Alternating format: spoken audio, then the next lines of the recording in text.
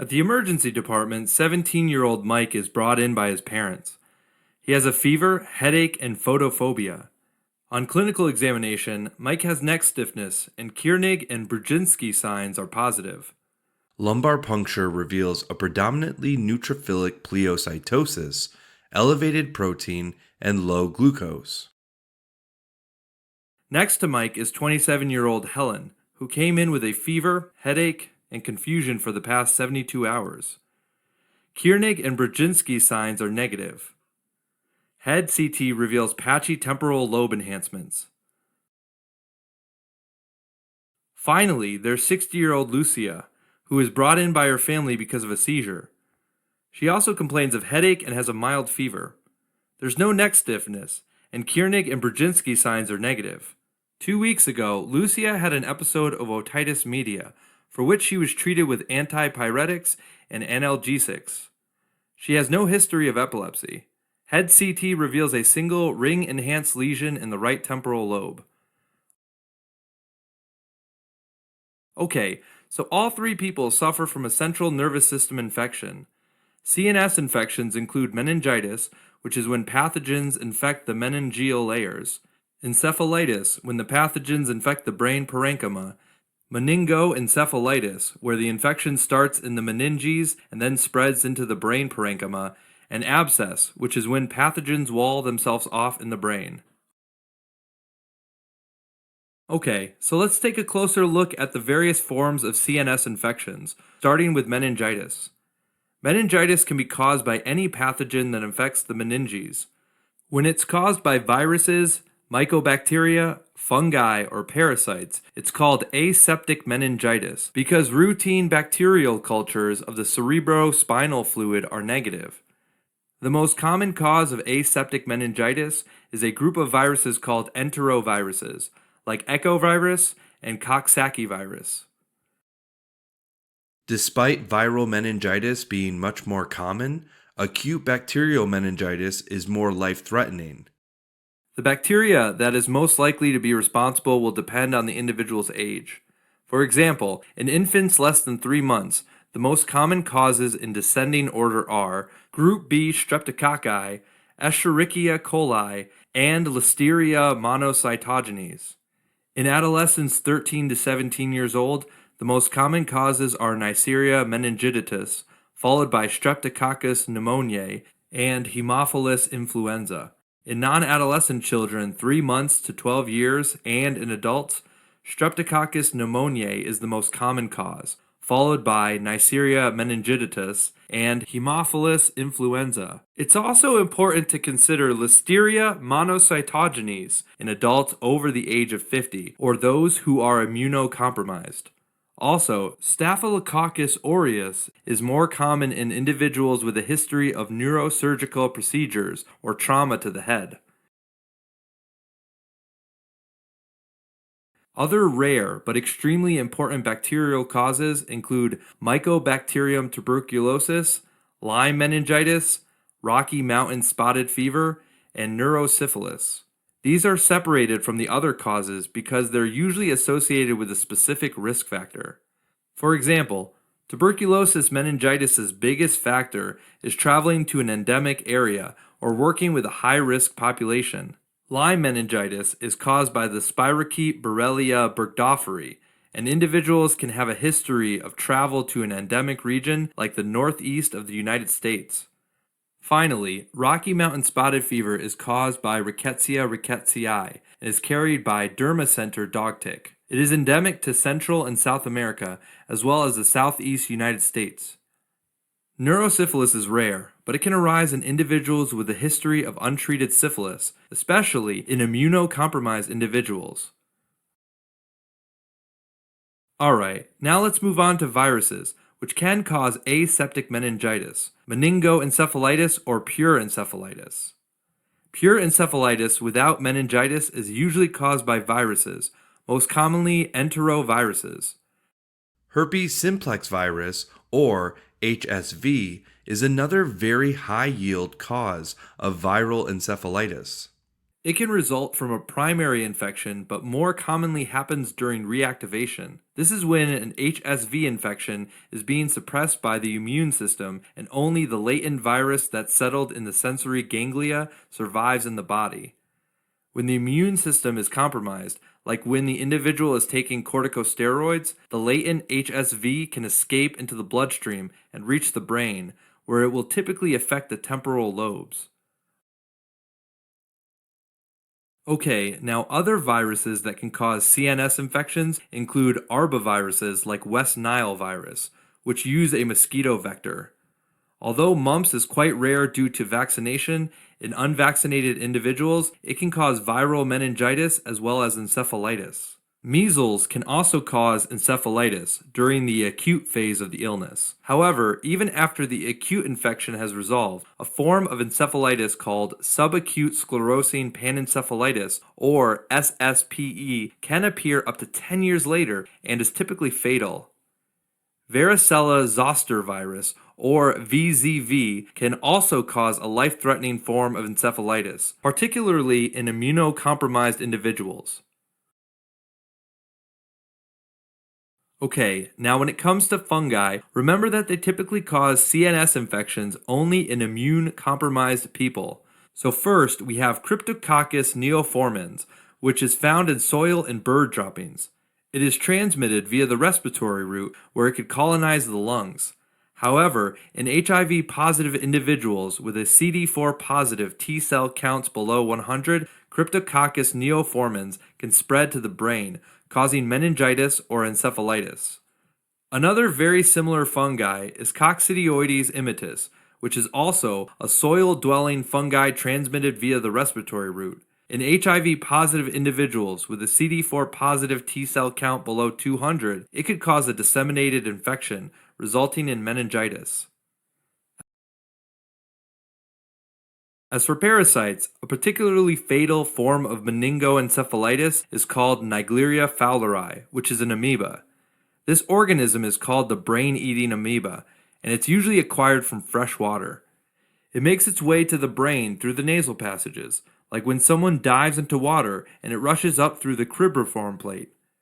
Now, another parasite that can cause CNS infection is the protozoan Trypanosoma brucei, which is transmitted via the tsetse fly. Also, a dangerous complication of malaria is cerebral malaria, a type of meningoencephalitis. Finally, it's important to remember that the same pathogens that can cause meningitis can also cause meningoencephalitis. Alright, now in some situations, bacteria, fungi, and parasites can wall off from the rest of the brain parenchyma, forming an abscess. Brain abscesses can also develop from other infections in nearby structures, like otitis media and mastoiditis, that usually cause abscesses on the temporal lobe and the cerebellum. There are also sinusitis and dental infections that usually cause abscesses on the frontal lobe. Bacterial brain abscesses are usually polymicrobial. Gram-positive bacteria include Streptococcus viridans and Staphylococcus aureus, while gram-negative bacteria include Klebsiella E. coli and anaerobes like Bacteroides species. Pathogens can also come from a hematogenous source, like dissemination from a lung abscess or endocarditis. Now, bacteremia typically leads to multiple abscesses, while single lesions are usually caused by infections that spread from a nearby organ. Other causes include nocardiosis, caused by nocardia, which is found in soil and usually develops in immunocompromised individuals. Individuals with nocardiosis present with tuberculosis-like symptoms, including fever, weight loss, night sweats, and pulmonary infiltrates. The presence of skin lesions and brain abscesses distinguishes it from tuberculosis. Now, when it comes to fungi, Mucor and Rhizopus species are important causes of brain abscesses. They cause a serious infection of the sinuses in individuals with diabetes or neutropenia called mucormycosis. From the sinuses, fungi can spread to the surrounding blood vessels and bones and enter the brain, causing a brain abscess of the frontal lobe. As for parasites, the tapeworm Taenia soleum can cause neurocysticercosis, especially in those who have been exposed to contaminated pork. Most individuals with neurocysticercosis are either diagnosed incidentally or they present with epileptic seizures. Uniquely, in HIV infected individuals with a CD4 positive T cell count of less than 100, Toxoplasma gondii can cause multiple brain abscesses. Alright, now all forms of meningitis present with a triad of fever, neck rigidity, or resistance to flexion of the head, and headache. Other common symptoms include photophobia, nausea, and vomiting. Helpful signs include the Kiernig and Brzezinski signs. To elicit the Kiernig sign, place the individual in a supine position, flex the hip to 90 degrees, and attempt to extend the knee. If the individual has pain with full extension of the knee, that's a positive Kiernig sign. To elicit the Brzezinski sign, you have to passively flex the neck, and if there's involuntary flexion of the hips due to pain, then that's a positive Brzezinski sign. Now these signs aren't particularly sensitive, so negative Kiernig and Brzezinski signs don't exclude meningitis. Sometimes, fundoscopy of the eye can reveal papilledema, which indicates an increased intracranial pressure. There can also be focal neurological deficits like cranial nerve, motor, or sensory deficits. Okay, now the various forms of meningitis have a difference in the time course. Acute bacterial meningitis and HSV meningoencephalitis usually present within hours to a few days. Viral meningitis, cryptococcal meningitis, Lyme disease, and Rocky Mountain spotted fever usually present over the course of days to weeks, while tuberculosis, coccidioides, and syphilis tend to present over the course of months. Additionally, some clinical clues on physical examination can point towards a specific cause. For example, petechiae are characteristic of Neisseria meningitis, a red maculopapular rash on the wrists and ankles that spreads towards the body may indicate Rocky Mountain spotted fever. A bullseye appearing rash called erythema chronica migrans, bilateral facial nerve palsy, or cardiac arrhythmias like atrioventricular node block point towards Lyme meningitis. Flaccid paralysis of the extremities is characteristic of West Nile virus, which occurs because the virus can also cause concomitant myelitis, which is inflammation of the spinal cord. Parotitis may suggest mumps, and a group of vesicles in a dermatomal distribution suggests VZV. Features of disseminated tuberculosis like pulmonary infiltrates, lymphadenopathy, and a positive tuberculin skin test should prompt consideration of tuberculosis meningitis, especially in infants. Now, features of meningitis along with erythema nodosum or multiform and arthralgias suggest coccidioides immitis as the cause. As for parasites, Trypanosoma brucei causes a disease called African trypanosomiasis, which presents with lymphadenopathy, fever, and neurological symptoms such as confusion. It can also cause sleep disturbances, and that's why it's also known as African sleeping sickness. What distinguishes pure encephalitis from meningitis is an abnormal brain function, like a change in behavior and personality, and the absence of meningeal irritation symptoms like neck rigidity and Kiernig and Brzezinski signs. Seizures can occur in both meningitis and encephalitis, and both can eventually lead to an altered mental status and even coma or death. Okay, now HSV encephalitis also has specific symptoms since HSV involves primarily the temporal lobe. So in the exams, to diagnose HSV encephalitis, look for symptoms like aphasia, olfactory hallucinations, and personality changes. Alright, so individuals with brain abscesses can have a headache and focal neurological deficits with or without fever. Additionally, there may be signs of increased intracranial pressure, such as vomiting and papilledema, as well as the Cushing triad, which includes bradycardia, irregular respiratory pattern, and hypertension. Mucormycosis can present with pain in the face and eschars, with black necrotic tissue.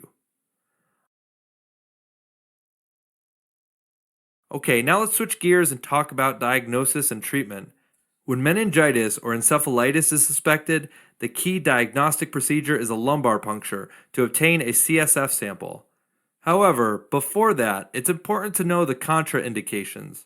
First, there's increased intracranial pressure because it could cause a fatal cerebral herniation. Look for signs like papilledema, but the best way to rule it out is with a CT to look for the CNS masses like abscesses or tumors. Also, this procedure is contraindicated in people with thrombocytopenia since there's a risk of uncontrolled bleeding. If there are no contraindications, lumbar puncture is done right away to obtain a cerebrospinal fluid sample for analysis and culture. If there are contraindications, get a blood sample for culture instead. Once this is done, the next step is to start IV dexamethasone and empiric antibiotics. We need to get the CSF sample first since antibiotics will decrease the yield on cultures. The logic behind giving IV dexamethasone before IV antibiotics is that it reduces the inflammatory response that usually occurs when antibiotics destroy the bacteria. Steroids decrease mortality and the risk of complications like hearing loss, cranial nerve palsies, and seizures. If the individual has symptoms of encephalitis, such as confusion, change in personality, or drowsiness in an adult, or fussiness, lethargy, and a bulging fontanelle in an infant, then empiric intravenous acyclovir should be started to treat HSV encephalitis, especially if there's patchy temporal lobe enhancement on CT scan. It's important to do so in order to prevent permanent neurological defects, so treatment is started before the diagnosis is confirmed with PCR. After empiric treatment is started, we can now look at our CSF sample.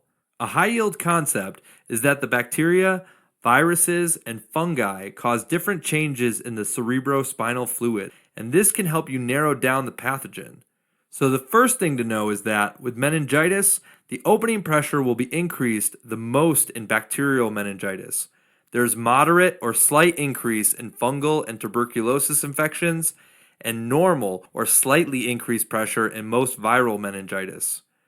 If the cause of the infection is bacterial, a good indicator is dramatically increased white blood cell count with neutrophil predominance.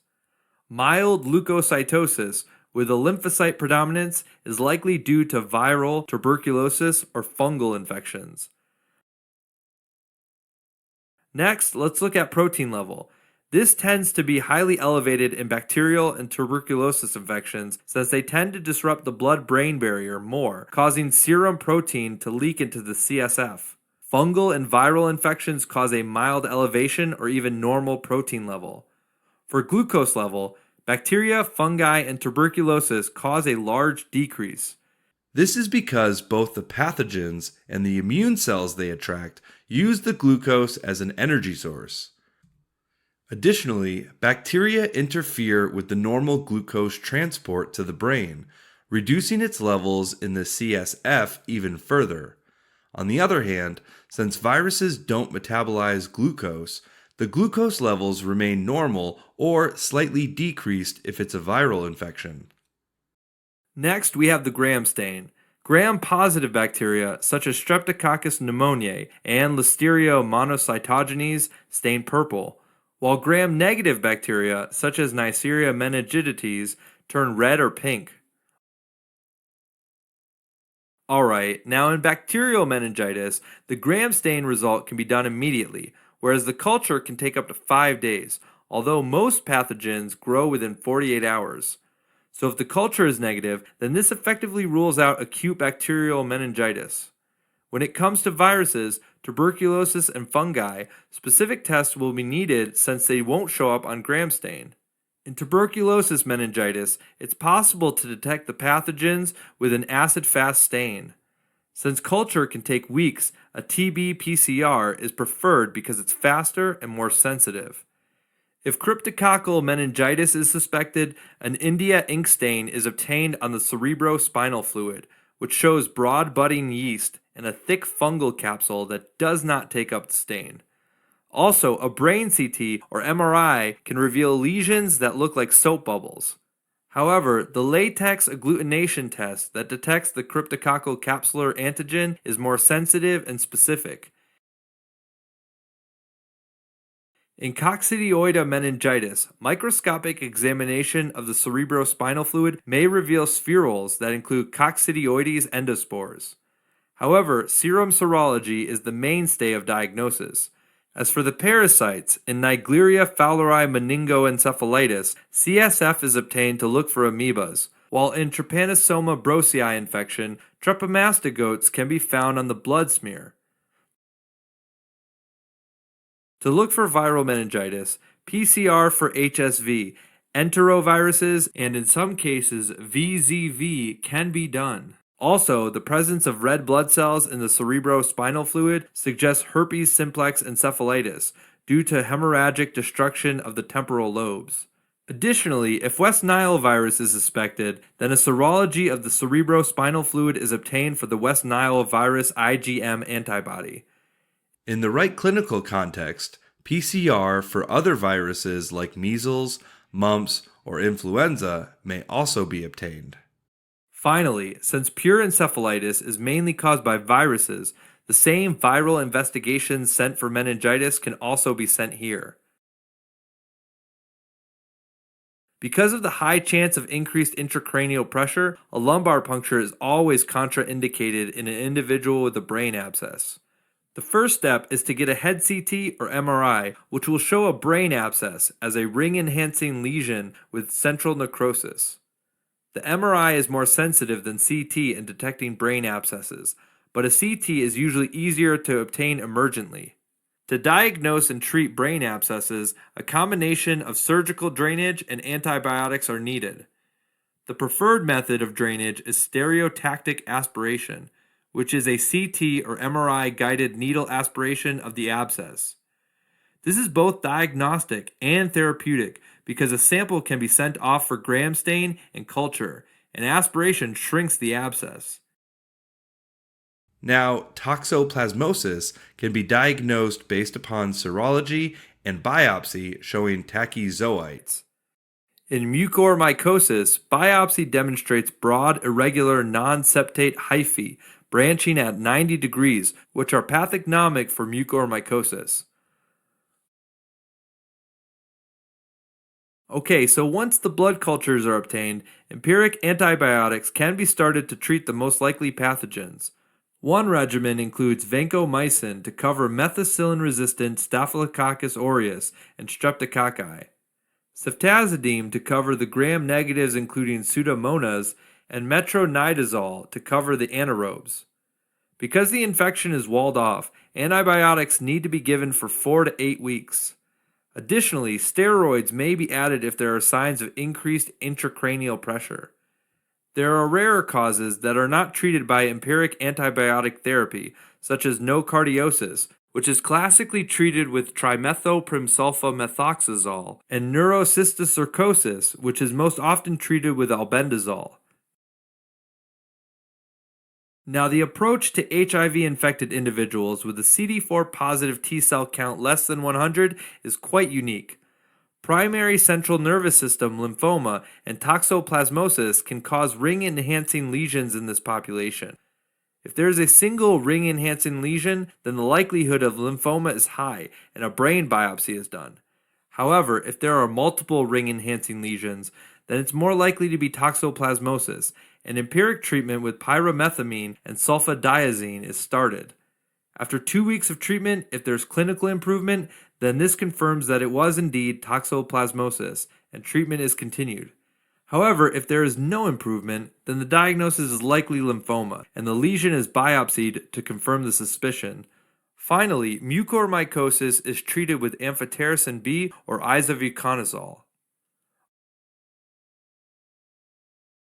Alright, as a quick recap, CNS infections include meningitis, encephalitis, and brain abscesses. Meningitis can be caused by bacteria like Streptococcus pneumoniae, Neisseria meningitis, and mycobacteria, such as Mycobacterium tuberculosis. Viruses like enteroviruses, fungi like Cryptococcus, and parasites like malaria. The same pathogens that cause meningitis can also cause meningoencephalitis. Pure encephalitis without meningitis is usually caused by viruses, like HSV, that primarily affect the temporal lobe. Brain abscesses can develop from nearby infections, like otitis media and dental infections, but can also disseminate hematogenously from infections like endocarditis.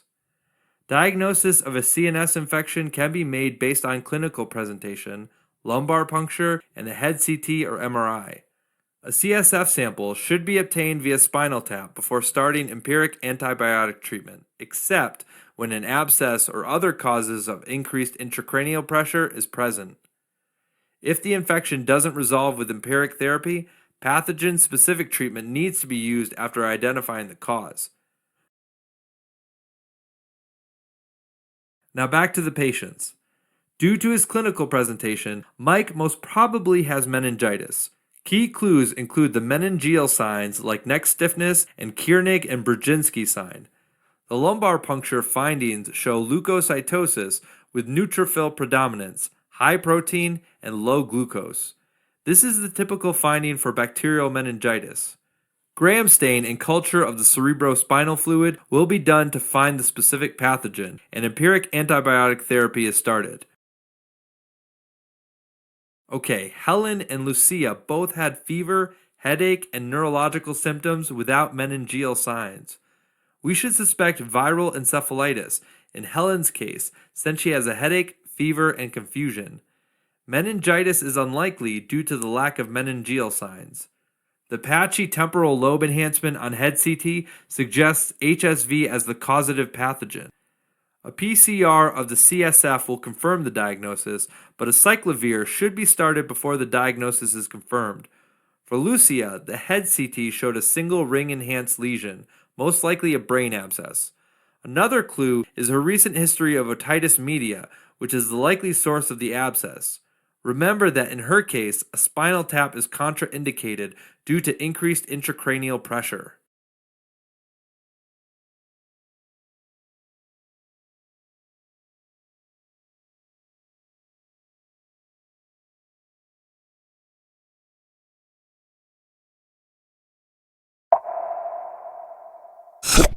At the emergency department, 30-year-old Lydia presents with severe headache and confusion. Clinical examination reveals low-grade fever and nuchal rigidity. Past medical history reveals she has polycystic kidney disease. Non-contrast CT reveals blood between the arachnoid and the pyometer. Lydia is treated supportively and sent home. 3 days later, she suddenly develops a severe headache, vomiting, and confusion. Later that day, 70-year-old Amanda presents with left-sided weakness and numbness, with her foot and leg more affected than her arm. She can speak fluently and understands everything being said to her. Past medical history includes hypertension, hyperlipidemia, and a myocardial infarction last year. Based on their presentation, the diagnosis is that both Lydia and Amanda had a cerebrovascular disease, most often referred to as a stroke. A stroke is when there's a sudden focal neurological deficit due to a part of the brain losing its blood supply. Now, to safeguard the brain from hypoxia, the brain has a dual circulation called the circle of Willis, divided into an anterior and posterior circulation.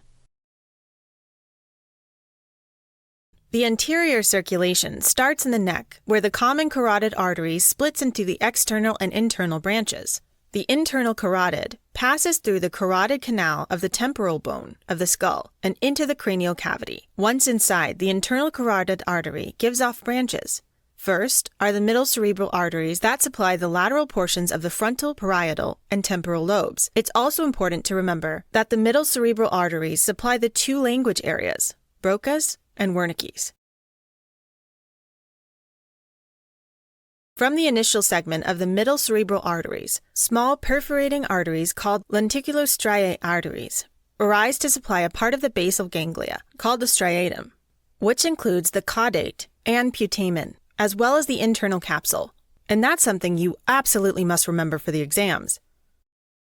The internal carotid artery also gives rise to the anterior cerebral artery, which supplies the medial portion of the frontal and parietal lobes.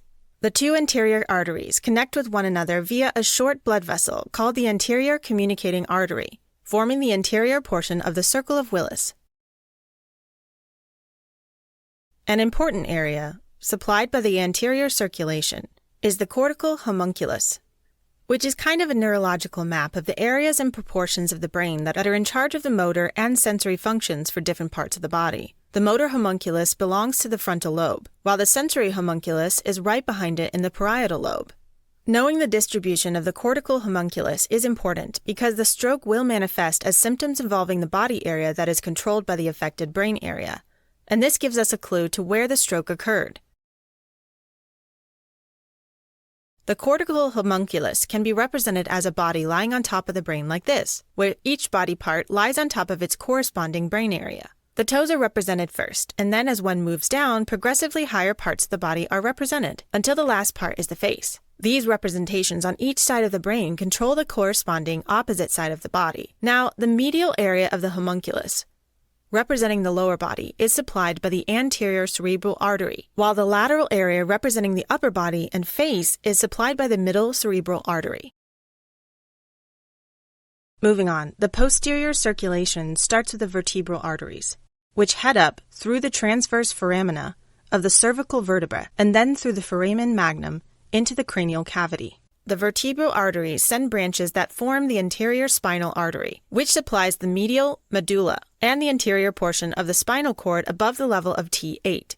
Below that level, the spinal cord is supplied by the artery of Adamkiewicz, which is a branch of the aorta. In addition, the vertebral arteries give off the posterior inferior cerebellar artery, or PICA, which supplies the lateral medulla and part of the cerebellum. Then, at the base of the medulla, both vertebral arteries join into a single artery called the basilar artery. As the basilar artery ascends, it first gives off the anterior inferior cerebral artery, or AICA, which supplies the lateral pons and part of the cerebellum. Then, the basilar artery sends small branches called pontine arteries to supply the mid-pons. Now, going up towards the midbrain, the basilar artery also gives off a few pontine branches, which supply much of the pons medially, as well as the right and left superior cerebellar arteries, which supply a part of the pons laterally and the superior part of the cerebellum. The basilar artery also gives off the right and left posterior cerebral arteries, which supply the occipital lobe. Both of these arteries give the left and right posterior communicating arteries, which merge with the internal carotid arteries, thereby closing the posterior portion of the circle of Willis. In general, the brain can get by on diminished blood flow when it happens gradually, because that allows enough time for collateral circulation to develop. But when blood supply is reduced suddenly, it causes tissue damage, which we call a stroke. After 5 minutes of hypoxia, neurons start to die and the damage becomes irreversible. The cells that are most vulnerable to hypoxia and get damaged first are the pyramidal cells of the hippocampus, the cells of the neocortex, and the Purkinje cells of the cerebellum. And that's something you have to know for the exams. Alright, now let's dive deeper into strokes. There are two main types of stroke, ischemic and hemorrhagic. Most strokes are ischemic, where a blocked artery reduces blood flow to the brain. Ischemic strokes can be classified into thrombotic, embolic, and hypoxic. Thrombotic strokes usually occur when a clot forms over an atherosclerotic plaque, but they can also develop in non-inflammatory diseases like fibromuscular dysplasia. They're more common in large vessels, like the middle cerebral artery, but there's a type of stroke that affects small vessels, called lacunar strokes. And these are very high yield. Lacunar refers to lake. It receives its name because after a lacunar stroke, the damaged brain tissue develops fluid-filled cysts, which look like little lakes under a microscope. Lacunar strokes typically involve the lenticular striate arteries that supply the striatum and internal capsule. Now, lacunar strokes can be associated with conditions like hypertension and diabetes that can lead to a type of arteriosclerosis called hyaline arterial sclerosis, where the arterial wall gets filled with protein. This can make the arterial wall thicker, reducing the size of the lumen and leading to lacunar strokes.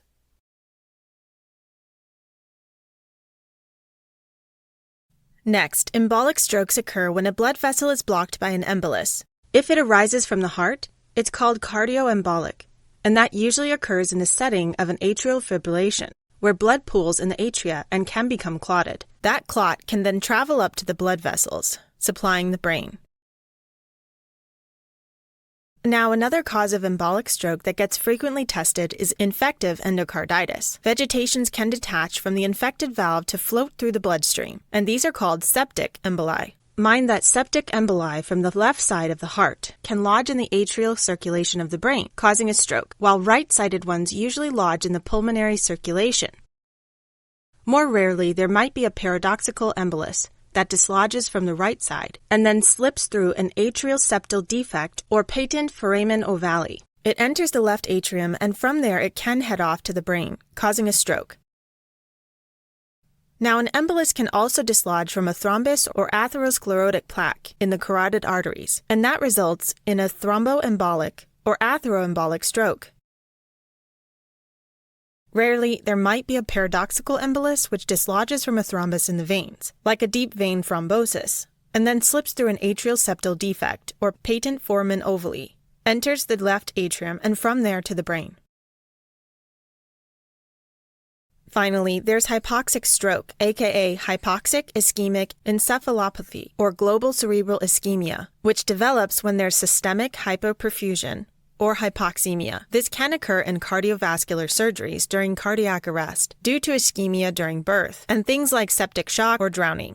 In these cases, the pattern of injury is called a watershed infarct or watershed stroke, where healthy tissue continues to extract what it needs from the blood flowing by, leaving little or no oxygen and nutrients for the tissue furthest away, and as a result, the tissues that are the furthest downstream are affected the most. The furthest downstream tissues are the watershed areas, which are at the border of blood supply from two separate groups of cerebral arteries, making them more vulnerable to ischemia. There are three main watershed areas where watershed infarcts typically occur: between the anterior cerebral and the middle cerebral arteries, as well as between the posterior cerebral and the middle cerebral arteries, and between the external and internal branches of the middle cerebral arteries. Alright, now let's switch gears and talk about hemorrhagic strokes, in which a blood vessel bursts and bleeds out, creating a pool of blood that increases pressure in the skull and on nearby tissue and blood vessels. In addition, less oxygen-rich blood is flowing downstream to the cells that need it.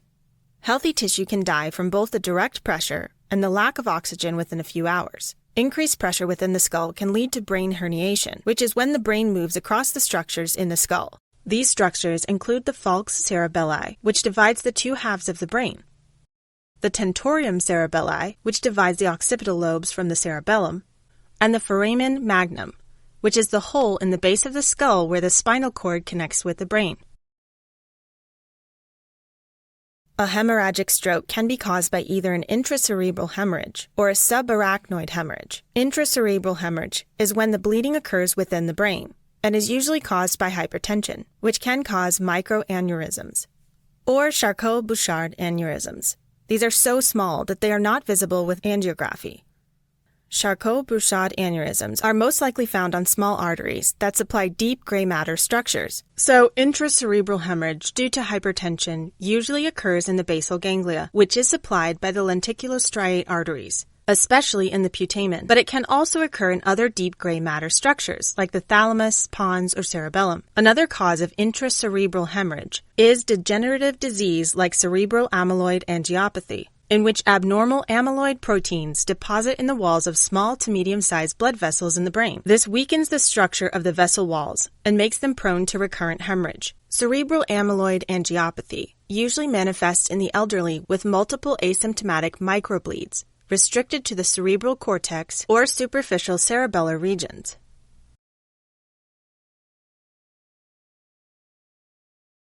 Cerebral amyloid angiopathy can also be associated with larger spontaneous lobar hemorrhage, but in this case, unlike hypertension, it spares the white matter, deep gray matter, and the brainstem. Some additional causes of intracerebral hemorrhage include arteriovenous malformations.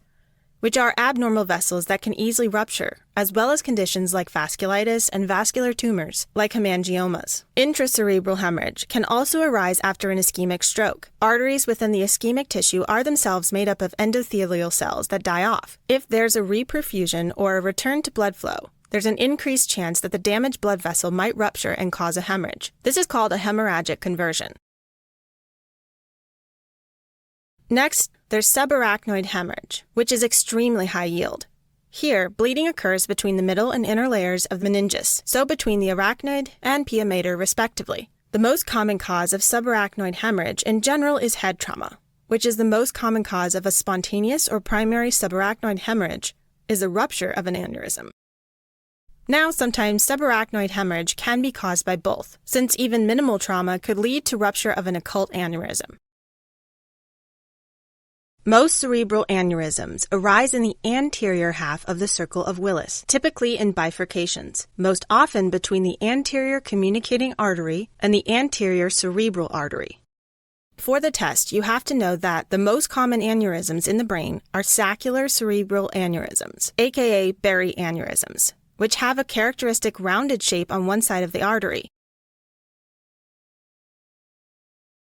Some genetic disorders can predispose individuals to having saccular aneurysms, such as autosomal dominant polycystic kidney disease, or ADPKD, Marfan syndrome, and Ehlers-Danlos syndrome, and that's a fact that gets frequently tested on the exams. Other risk factors include advanced age, smoking, and being of African descent. For the test, also remember that a less frequent cause of spontaneous subarachnoid hemorrhage is an arterial venous malformation. Normally, arteries and veins are connected by small leaky blood vessels called capillaries. But in arterial venous malformations, they are replaced with abnormally formed tangled blood vessels, characterized by at least one direct connection between the artery and vein. Over time, these abnormal vessels can dilate, and since veins aren't used to dealing with high arterial pressures, they can rupture, causing a subarachnoid hemorrhage. Subarachnoid hemorrhage has specific symptoms that you must absolutely know for the exams. Most cases present an excruciating headache of acute onset known as thunderclap headaches that are described as the worst headache of my life. There can also be nuchal rigidity, caused by blood irritating the meninges. Occasionally, people can develop seizures, fever, and symptoms of increased intracranial pressure like vomiting, vision changes, and confusion. Now, regardless of the type of stroke, the region of the brain that's affected typically corresponds to a specific focal neurological deficit. For the exams, it's important to know some very high-yield presentations. Let's start with strokes of the anterior circulation. An anterior cerebral artery stroke affects the cortical homunculus for the feet and legs, causing contralateral paralysis and sensory loss. Urinary incontinence is also uncommon. Whereas the middle cerebral artery stroke affects the cortical homunculus for the hands, arms, and face, causing contralateral paralysis and sensory loss of the hands, arms, and face. In addition, if it involves the dominant hemisphere, which is usually the left, it can affect the language centers, so Broca's and Wernicke's area. If the Broca area is affected, there's expressive aphasia, meaning that speaking is impaired while comprehension remains intact. On the other hand, if the Wernicke's area is defective, there's receptive aphasia, which means that you can speak fluently, but comprehension is impaired. Now, if the stroke affects the non-dominant hemisphere, which is usually the right, it can lead to hemineglect, where you become unaware of one side of your body. Alright, now strokes of the posterior circulation are a bit more tricky, because there are a lot of different structures that can be affected. A posterior cerebral artery stroke leads to homonymous hemianopsia, which is a loss of vision in either the left or right halves of the visual fields of both eyes. The vision is lost in halves that are the contralateral to the posterior cerebral artery that is affected. Although there is a partial loss of vision, macular function is spared, meaning that central vision is still sharp and detailed. This is because the part of the occipital lobe in charge of the macula gets blood from both the posterior cerebral artery as well as the middle cerebral artery. Now, if the dominant hemisphere is affected, a syndrome called alexia without agraphia can develop. So, in alexia without agraphia, the individual cannot read, but they can write. Okay, now, if the basilar artery is affected, there's bilateral damage of the pons, leading to locked-in syndrome, where the individual is quadriplegic and mute. However, consciousness is preserved since the reticular activating system, or RAS, is preserved. RAS is a network of neurons in the pons and midbrain that sends out neuronal connections to both cerebral cortices, which are responsible for producing awareness. Also, there's a loss of horizontal eye movements, since the paramedian pontine reticular formation is affected, while vertical eye movements are preserved. If a stroke affects the anterior spinal artery, the anterior two-thirds of the spinal cord will be more affected, since these are the ones supplied by the artery. As a result, there will be contralateral paralysis of both upper and lower extremities. In addition, the spinothalamic tract will be affected, so individuals also have contralateral loss of pain and temperature. Bear in mind, though, that pressure, vibration, fine touch, and proprioception will be spared. There's also ipsilateral hypoglossal dysfunction, which means that the tongue deviates towards the side of the stroke. This condition is referred to as medial medullary syndrome, and it's caused by an occlusion of the paramedian branches of the anterior spinal artery, or the vertebral arteries, which results in infarction of the medial part of the medulla. Now, individuals with a stroke of the pica develop lateral medullary syndrome, also known as Wallenberg syndrome, in which there's an infarction of the lateral part of the medulla. Wallenberg syndrome is characterized by dysphagia, hoarseness, and decreased gag reflex. Individuals can also have hiccups, vomiting, vertigo or dizziness, irregular eye movements, or nystagmus. On the same side of the face as the stroke, they can also have decreased sensation of pain and temperature, as well as Horner syndrome, which includes symptoms of miosis or constricted pupil, ptosis or droopy eyelid, and anhidrosis, or failure to sweat. Now, on the same side of the body as the stroke, they can have an unsteady gait or ataxia and dysmetria, or inability to coordinate movements. Moving on, occlusion of the paramedian branches of the basilar artery leads to medial pontine syndrome, in which there's complete weakness of the muscles of facial expression on the side of the stroke, as well as alteration of taste from the anterior two-thirds of the tongue, loss of lacrimation with red and dry eyes, and loss of the corneal reflex. More extensive lesions may present lateral gaze paralysis, in which both eyes are forcefully directed to the opposite side of the stroke. There's also loss of pain and temperature sensation from the same side of the face as the lesion, but from the contralateral side of the body, as well as contralateral spastic hemiparesis of both limbs.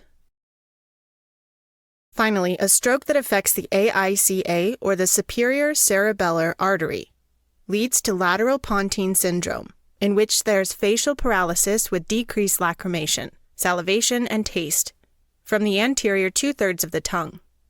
There's also loss of pain and temperature sensation from the same side of the face as the lesion, but from the contralateral side of the body. There are also cerebellar symptoms like vomiting, vertigo, nystagmus, ataxia, and dysmetria, as well as Horner syndrome, on the same side of the face as the lesion. Alright, now let's discuss some other high-yield findings that can help us determine the location of a stroke. If a stroke affects a frontal eye field, the influence of the other eye field predominates, so the eyes deviate to the side affected. As for the parietal cortex, two different syndromes can develop depending on which side is affected. If the dominant hemisphere is affected, Gerstmann syndrome develops, which is characterized by a tetrad of symptoms, including left and right disorientation or confusion, agraphia or inability to write, acalcula or inability to do simple calculations, and finger agnosia, which means that an individual cannot distinguish their own or another individual's fingers. On the other hand, if the non-dominant hemisphere is affected, there's hemispatial neglect syndrome, which is characterized by agnosia, or reduced awareness of the contralateral side of space. There are a few conditions that can mimic a stroke, including complicated migraine, seizures, and brain tumors. A quick history can help distinguish them. Usually, the symptoms of stroke occur suddenly and progressively worsen over minutes to hours. Patients with complicated migraine will present with preceding aura, usually a strange light or smell, headache, and they'll have a history of these events. Patients with generalized seizures usually have a postical period, which may include weakness of one side of the body, which can mimic a stroke. This is referred to as Todd's paralysis. Patients with brain tumors will often have a gradual progression of symptoms and can also have seizures.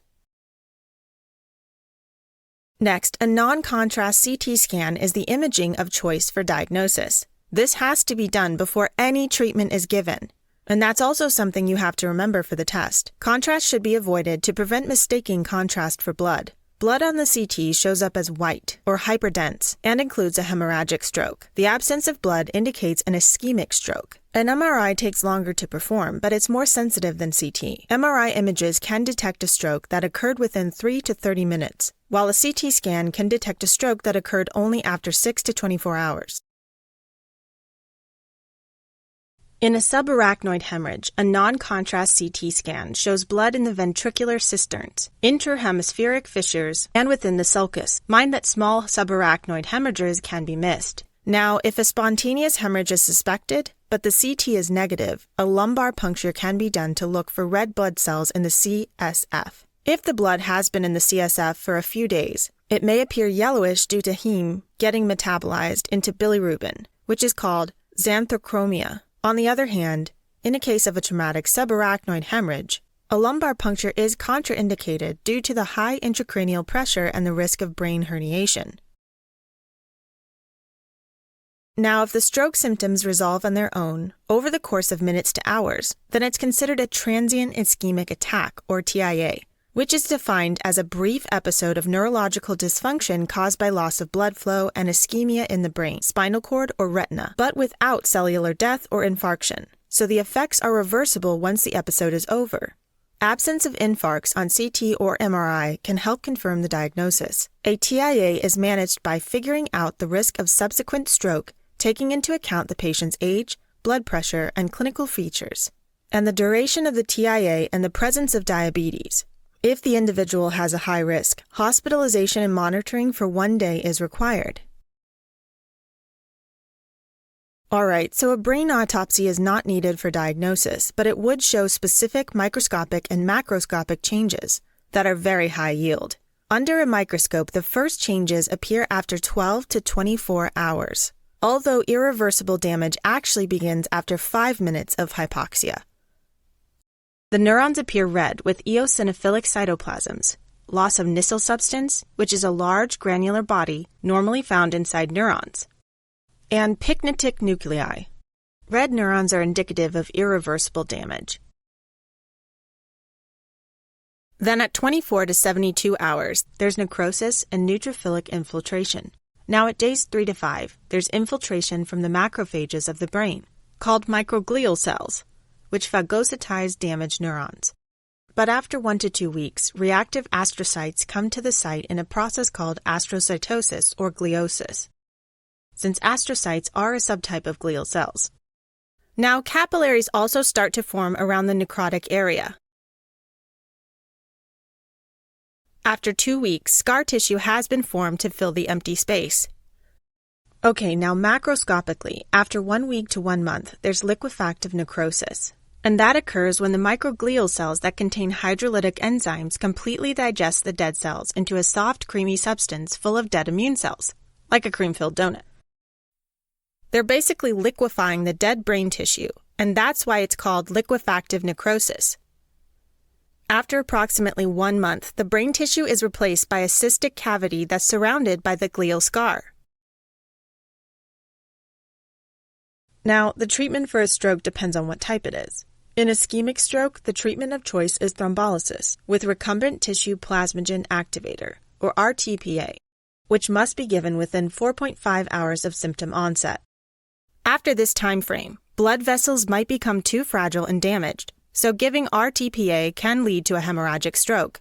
Also, RTPA shouldn't be used when an individual has an increased risk of hemorrhage, such as having a prolonged PT or PTT, getting heparin in the last 48 hours, gastrointestinal hemorrhage in the past 21 days, or history of head trauma within the past 3 months. Now, if RTPA is unsuccessful, or if the stroke is severe, thrombectomy can be done. That's a surgical procedure where a wire is pushed through the artery to physically remove the clot.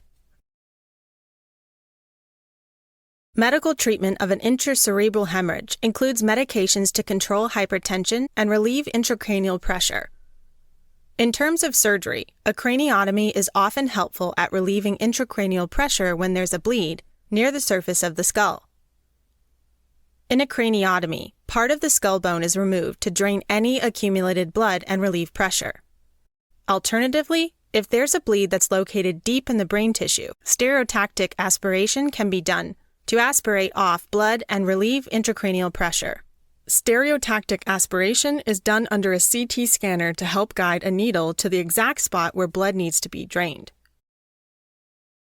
In a hemorrhagic stroke, anticoagulants and thrombolytics aren't given because they can worsen the bleeding. Now, subarachnoid hemorrhage is a life-threatening condition. Initial management involves general measures to stabilize the person by giving intravenous fluids, ensuring a secure airway, normalizing cardiovascular function and blood pressure control, as well as bed rest, analgesia, venous thromboembolism prophylaxis, and discontinuation of antithrombotics. If the patient survives, subarachnoid hemorrhage can cause a few very high-yield complications. First, rebleeding is very frequent and the most dangerous complication of subarachnoid hemorrhage. So, the only effective preventive treatment of subarachnoid hemorrhage is prompt surgery, like aneurysm repair with surgical clipping or endovascular coiling. Another very high-yield complication that can occur about 2 days to 2 weeks after a subarachnoid hemorrhage is post-traumatic vagospasm in blood vessels that get irritated by the hemorrhage. To prevent it, individuals are given a specific calcium channel blocker called nimatopene, which relaxes the cerebral vascular smooth muscle. Alright, now after a stroke has occurred, there is an elevated risk of having additional strokes, so it's important to minimize risk factors. The main way to do this is to quit smoking, have a healthy diet, and exercise regularly, as well as maintain a normal blood pressure, normal LDL cholesterol levels, and control other diseases like diabetes, atrial fibrillation, and carotid artery stenosis. To further reduce the risk of ischemic strokes, antiplatelet medications such as aspirin or clopidogrel are given. For hemorrhagic strokes, an MRI or CT angiography is usually done 4 to 8 weeks later, because at that point the blood has been mostly reabsorbed, and it's possible to see underlying vascular malformations or evidence of a brain tumor. Alright, as a quick recap, a stroke occurs when a part of the brain loses its blood supply. There are 2 major types of strokes, ischemic and hemorrhagic. Ischemic strokes, which represent the majority of strokes, can be either thrombotic, embolotic, or hypoxic. Hemorrhagic strokes include intracerebral hemorrhage and subarachnoid hemorrhage. Diagnosis of a stroke is primarily based on clinical presentation and imaging tests, such as CT of the brain. Okay, back to our cases. Lydia presented with subarachnoid hemorrhage that probably resulted from the rupture of a saccular aneurysm due to ADPKD. The most effective treatment would be to repair the aneurysm, but Lydia was treated only supportively, and so a few days later she developed rebleeding. Now, Amanda had symptoms characteristic of a stroke. She also had an increased risk for stroke due to atherosclerosis, hypertension, and hyperlipidemia. Hemiparesis with more involvement of the leg than the arm points to occlusion of the anterior cerebral artery. Non-contrast CT should be done to exclude hemorrhage before any treatment is given.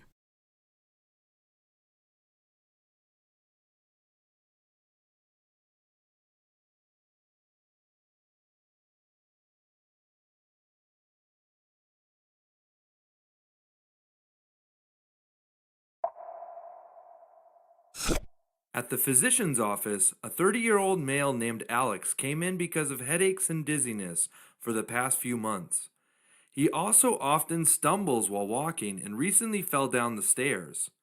His past medical history is insignificant.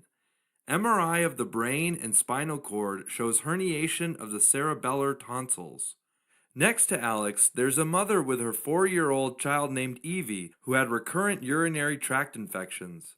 Evie was born with leg paralysis and leg deformities. Clinical examination reveals a mass on her lower back. Alright, both of them have a congenital neurological malformation, which occurs when there's a primary defect in the developmental process of the nervous system. These conditions appear as the baby develops in utero and can vary in severity and presentation, ultimately impacting the infant's health, development, and survival. The most high-yield neurological malformations are neural tube defects, posterior fossa malformations, syringomyelia, and holoprosencephaly. Okay, let's take a closer look at these disorders, starting with neural tube defects, or NTDs, which include spina bifida and anencephaly. They're relatively common anomalies that develop when a portion of the neural tube, the precursor of the central nervous system, fails to close as it should during the 4th week of gestation. When the posterior neuropore doesn't close well, the baby is born with spina bifida, which is Latin for split spine. But when the anterior neuropore doesn't close properly, the forebrain fails to develop, and the baby is born with anencephaly, or absence of a major portion of the brain and the skull. In spina bifida, there's incomplete closure of the vertebrae and membranes of the spinal cord.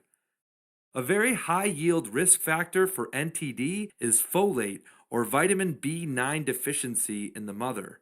For this reason, folic acid, which is the manufactured form of folate, should be given at least 1 month prior to conception and during early pregnancy.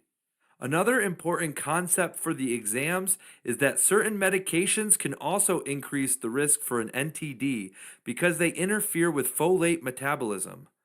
These include valproic acid and phenytoin, which are anti-epileptics, trimethoprim and sulfonamide, which are antibiotics, and methotrexate, which is an anti-cancer medication. Finally, other risk factors that increase the risk for NTDs include obesity and maternal diabetes.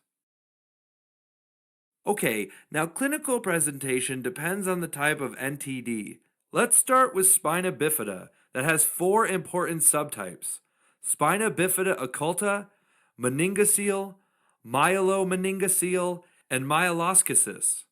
The most common and most mild form is spina bifida occulta, where occulta is Latin for hidden. This is because the deformities in the tissues of the lower back are tiny. In this form, the spinal cord and surrounding tissue don't protrude and no neural tissue is forced into the spaces in between the vertebrae. Individuals with this form are often asymptomatic, and the condition is only found later in life. At most, individuals can have hair, a dimple, or a birthmark on their lower back above the site of the lesion. Next is meningocele, sometimes called a meningeal cyst. In this condition, the meninges, but not the spinal nerves, slip into the gaps between the deformed vertebrae. This is the least common form of spina bifida. Meningocele is an open NTD, but because the spinal cord itself is not damaged, these individuals experience only mild symptoms. Now, a more serious form of spina bifida is myelomeningocele, also called meningomyelocele. It occurs when the spinal cord and the surrounding meninges protrude out of an opening in the vertebrae and are stuck in a cyst-like pouch protruding from the back. This condition is also an open NTD, but unlike meningocele, myelomeningocele can cause serious damage to the exposed nerves. There is also an increased risk of infection. Symptoms of myelomeningocele include loss of sensation or paralysis in the areas of the body below the damaged site, problems with bladder or bowel movement, seizures, and leg and foot deformities. Another, even more severe form of open spina bifida is myeloschisis, also referred to as rachischosis. In this form, the neural tissue protrudes from the back without the meninges or the skin covering it, so it's exposed completely to the external environment. Now, apart from spina bifida, a very severe form of NTD is anencephaly, where a major part of the brain and skull is absent. A high-yield concept about anencephaly is that the part of the brain that is responsible for neural control of swallowing is absent. As a result, the fetus can't properly swallow amniotic fluid, and so excess fluid builds up in the amniotic sac. This is known as polyhydramnios, and it increases the risk of complications such as fetal malposition, premature birth, and placental abruption. Due to the severe nature of the condition, the risk of stillbirth is high, and surviving infants only survive hours to days after birth. Okay, now prenatal diagnosis of neural tube defects is comprised of two approaches: ultrasound examination and measurement of maternal serum alpha fetoprotein. Ultrasound detects most of the defects and classifies them as open or closed based on whether the spinal cord is exposed. Next, alpha fetoprotein, synthesized by the fetal yolk sac, gastrointestinal tract, and liver, is usually increased in NTDs, except in spina bifida occulta, where AFP is normal. Serum testing is performed at 16 to 18 weeks of gestation. Elevated levels of acetylcholinesterase in amniotic fluid can also confirm the diagnosis of an NTD. After birth, diagnosis is clinical, but an MRI is needed to better define the extent of the defect and exclude other central nervous system abnormalities. Treatment of NTDs depends on the type and severity of the condition and on the presence of complications. Surgery aims to close the defect, but in the more severe forms of NTD, like anencephaly, life expectancy is just past birth. Now let's move on to posterior fossa malformations, which occur when there's a defect in the development of the posterior fossa of the skull during fetal development. They can be further divided into Chiari malformations and Dandy-Walker syndrome. Chiari malformations are a group of conditions where parts of the cerebellum slip down through the foramen magnum and into the upper spinal canal. This results in the blockage of the normal flow of cerebrospinal fluid. These malformations are usually caused by underdevelopment of the posterior fossa of the skull. As the cerebellum continues to develop within the confined space of the malformed posterior fossa, it eventually gets pushed down through the foramen magnum. Now, there are two main types called a type 1 Chiari malformation and a type 2 Chiari malformation, and they differ in terms of what parts of the cerebellum herniates. A type 1 Chiari malformation occurs when only the cerebellar tonsils herniate down into the foramen magnum. As a result, the displaced cerebellum can compress the fourth ventricle and block the normal flow of cerebrospinal fluid from the ventricles into the subarachnoid space. Consequently, cerebrospinal fluid builds up in the ventricles, which is called hydrocephalus, and leads to increased intracranial pressure. Typically, type 1 Chiari malformations are asymptomatic, or symptoms only appear later in life during adolescence or adulthood. Now, cerebrospinal fluid can also build up in the spinal canal, eventually causing it to widen. This can lead to a high-yield disorder called syringomyelia. Remember for your exams that type 1 Chiari malformation is the main cause of syringomyelia. You'll also have to know that syringomyelia disrupts an area of white matter called the anterior white commissure. This is where the fibers of the lateral spinothalamic tract decussate or cross to the opposite side of the spinal cord. The lateral spinothalamic tract is responsible for sensing pain, pressure, and temperature. As a result, there's bilateral loss of pain and temperature, especially in the upper extremities and back. This is often described as a cape-like distribution due to damage at the level of C4 through C6. Although it sounds nice to not feel pain, this can lead to neuropathic arthropathy or Charcot joints, which is when there's repeated trauma and inflammation in a joint because there's no pain response. Another high-yield fact is that syringomyelia can affect the motor neurons in the ventral horns, and this can lead to muscle weakness, paralysis, and atrophy, typically of the muscles of the hand. Syringomyelia usually spares the dorsal column, so sensations of pressure, vibrations, fine touch, and proprioception typically remain intact. Lastly, the widening of the spinal canal can also lead to scoliosis, which is a sideways curvature of the spine.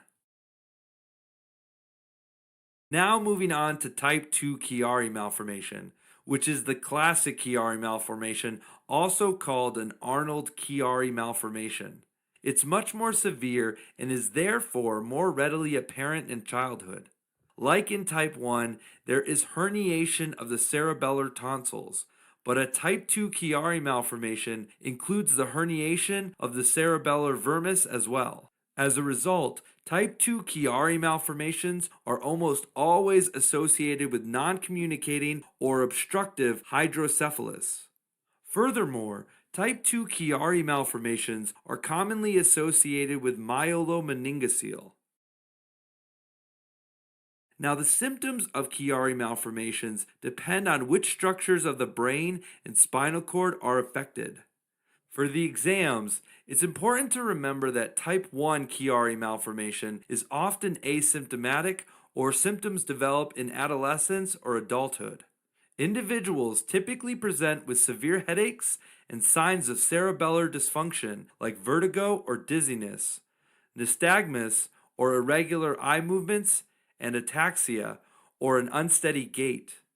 By comparison, a type 2 Chiari malformation is much more severe, which makes it easier to detect earlier in life. It's often symptomatic from the neonatal period, causing headaches and cerebellar dysfunction. In addition, if there's excessive crowding in the posterior fossa, excess pressure on the medulla oblongata can impair the cough and gag reflexes as well as cause difficulty breathing and sleep apnea. Chiari malformations are usually diagnosed after birth with an MRI, where the cerebellar structures are seen more than 5 millimeters below the foramen magnum. Okay, moving on to treatment. If a person with a Chiari malformation has neurological symptoms, posterior fossa decompression surgery can be done. That's a type of craniotomy where a portion of the back of the skull is removed in order to widen the foramen magnum and help release the buildup of pressure within the brain and restore normal cerebrospinal flow. Similarly, the dura, the stiff outermost membrane of the spinal cord and brain, can also be incised to relieve additional tension. If hydrocephalus is present, a ventriculoperitoneal shunt can be used, which connects the ventricular system to the peritoneal cavity in the abdomen in order to allow fluid to drain out and reduce the intracranial pressure. Okay, moving on to another posterior fossa malformation, Dandy-Walker syndrome. There are three main defects. First, there's a cyst in the fourth ventricle, which causes the ventricle to enlarge. As a result, it presses against the cerebellum, interfering with cerebellar function. Secondly, the posterior fossa space is enlarged. Thirdly, the cerebellar vermis, which divides the cerebellum into its hemispheres, is either smaller than usual or absent altogether. As a result of these features, flow of cerebrospinal fluid is blocked from the fourth ventricle into the subarachnoid space. The cerebrospinal fluid builds up in the ventricles, resulting in non-communicating hydrocephalus, increased intracranial pressure, as well as macrocephaly or an enlarged head circumference. In addition, Dandy-Walker syndrome can be associated with spina bifida. The symptoms of Dandy-Walker syndrome typically present at birth or soon after birth. They include irritability, vomiting, and seizures. Over time, infants can have delays in motor skills such as crawling and walking. The cerebellar dysfunction can lead to ataxia, nystagmus, muscle paralysis or spasticity, and abnormal breathing patterns. Dandy-Walker syndrome is often diagnosed prenatally via ultrasound and can be confirmed after birth with an MRI. Treatment for Dandy-Walker syndrome typically involves the placement of a ventriculoperitoneal shunt. In addition, individuals often benefit from physiotherapy to help them develop their motor skills. Finally, another high-yield congenital malformation is holoprosencephaly that occurs when there's failure of the prosencephalon, the forebrain of the embryo, to divide into the two hemispheres. The result is a single-lobed brain structure with skull and facial defects. Normally, the division occurs during the 5th week of gestation. Holoprosencephaly can be due to mutations in the sonic hedgehog signaling pathway. For the exams, remember that it can be seen in trisomy 13 or Paw-Tau syndrome, trisomy 18 or Edwards syndrome, and fetal alcohol syndrome. Now, moderate forms of holoprosencephaly can present with facial defects like cleft lip and palate, which are openings in the upper lip or roof of the mouth. More severe forms present with cyclopia or a single eye at the center of the forehead.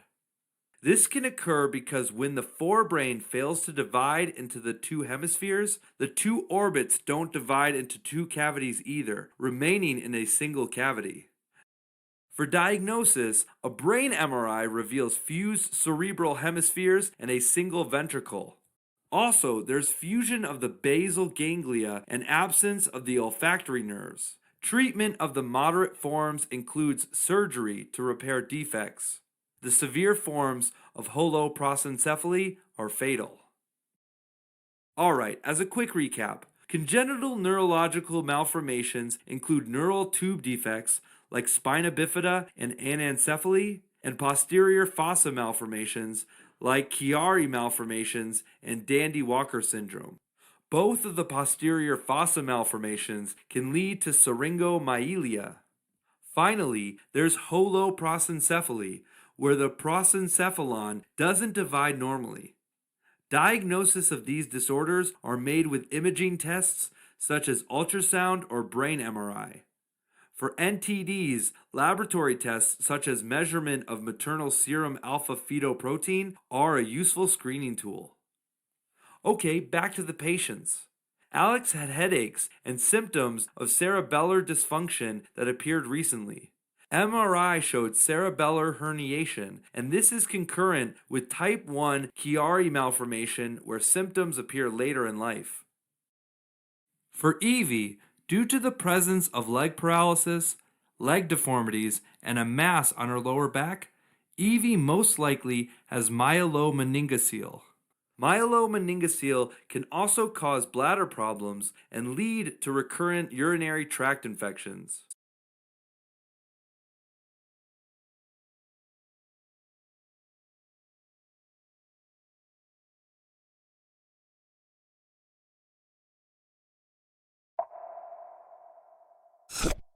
At the physician's office, 55-year-old Mario presents complaining of weakness in his hands and feet.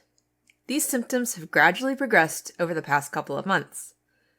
At first, he struggled to manipulate small objects like buttoning his shirt. Now he often stumbles while walking, and recently fell down the stairs. In addition, his family mentions that his speech has become slightly slurred. He denies any sensory symptoms, memory loss, or any bowel or bladder complaints. Later that day, 43-year-old Donna comes in with difficulty walking. She has fallen several times over the last few weeks.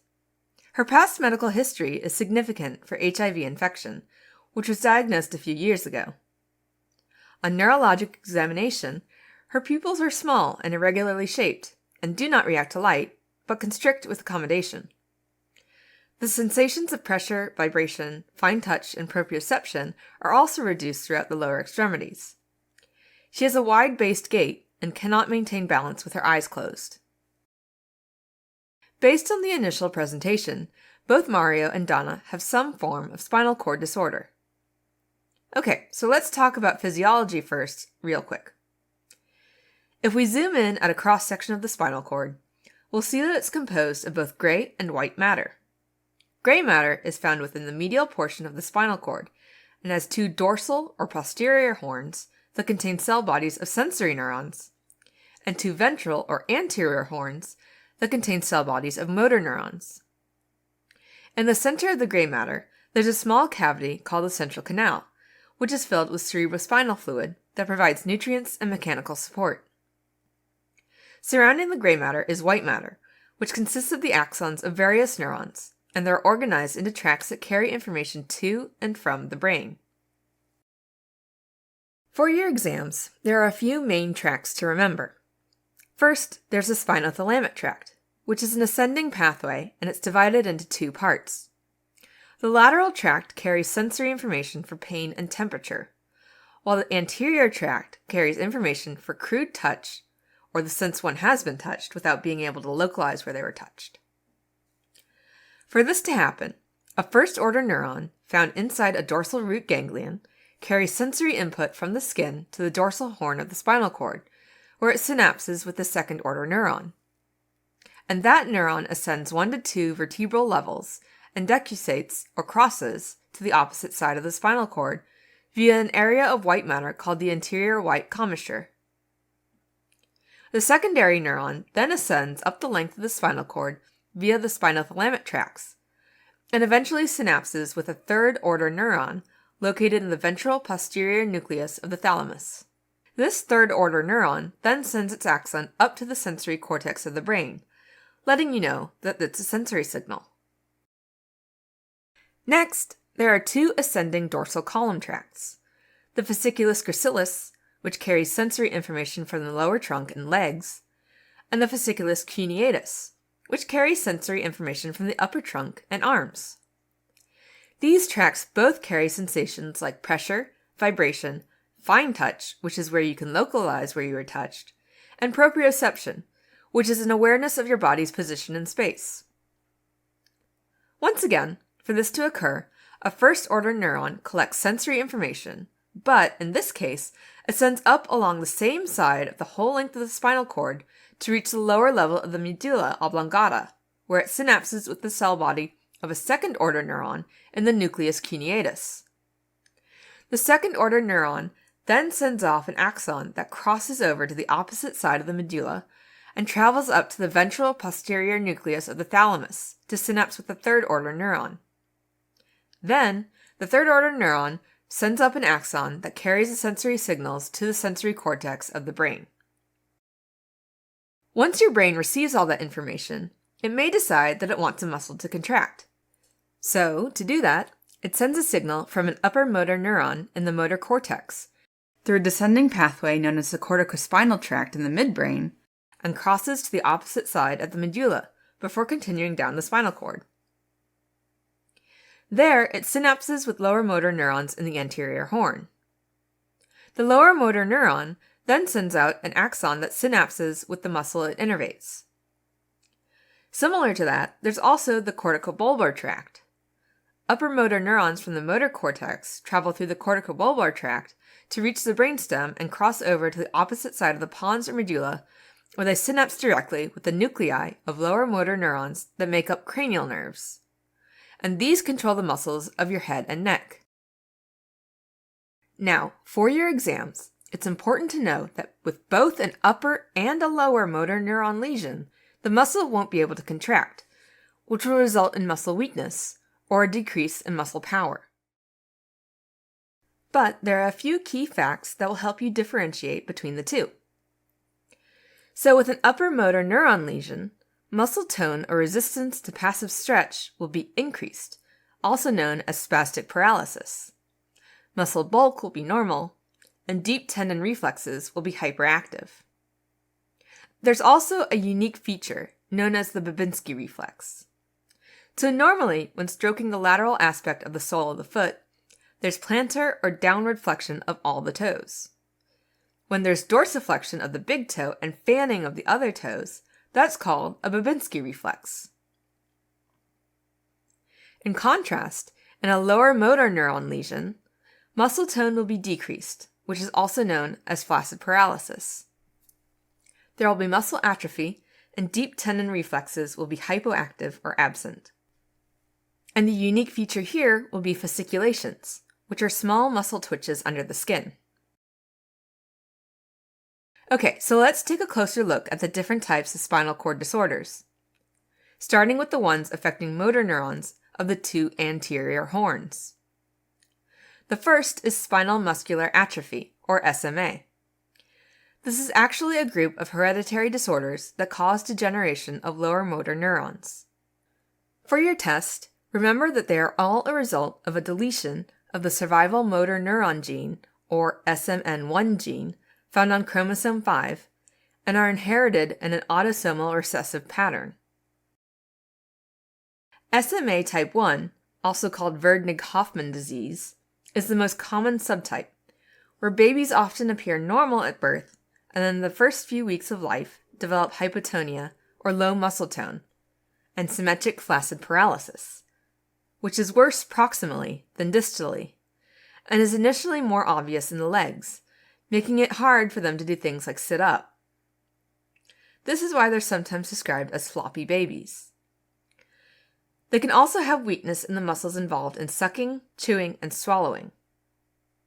Another characteristic finding is tongue fasciculations. Over time, the diaphragm might be affected, leading to breathing difficulties and eventually respiratory failure. For these reasons, remember that most of these babies survive less than a couple of years. For SMA types 2, 3, and 4, the only thing you need to know is that they're each successively milder and have a later age of onset. Diagnosis is done with genetic testing for the SMN1 mutation. And though no cure is available at this time, there are some new FDA-approved treatment options, including nersinicin, onasemnogene abiparvovec, and risdiplam. Next up is amyotrophic lateral sclerosis, or ALS. This is a degenerative disorder, which in many cases is caused by a mutation in superoxide dismutase 1, which is an enzyme important for removing free oxygen radicals from neurons. So, without superoxide dismutase 1, we're going to have increased free radical injury, which will lead to neuron death. Now, this primarily affects the anterior horn neurons, leading to lower motor neuron signs like symmetric flaccid paralysis with muscle atrophy, hypoactive deep tendon reflexes, and fasciculations. Now, the unique thing about ALS is that it also affects the cortical motor neurons of the corticospinal and corticobulbar pathways, causing upper motor neuron problems like spastic paralysis with hyperactive deep tendon reflexes and a Babinski sign. So, if a test question combines signs of a lower and upper motor neuron lesion, the answer is probably ALS. Now, depending on which tract it happens to affect first, it may start with an inability to manipulate small items, or frequent falls. When the corticobulbar tracts of the cranial nerves are affected, we can have head and neck weakness, dysarthria, and dysphagia, or difficulty swallowing. And since the nuclei of these nerves are not effective, this is referred to as pseudobulbar palsy. Eventually, the disease might progress to involve the breathing muscles and can lead to respiratory failure and death. Now, another extremely high-yield fact is that ALS is a purely motor disorder, so keep in mind that, through all this, there are no sensory or cognitive symptoms. Also, bowel and bladder function are spared.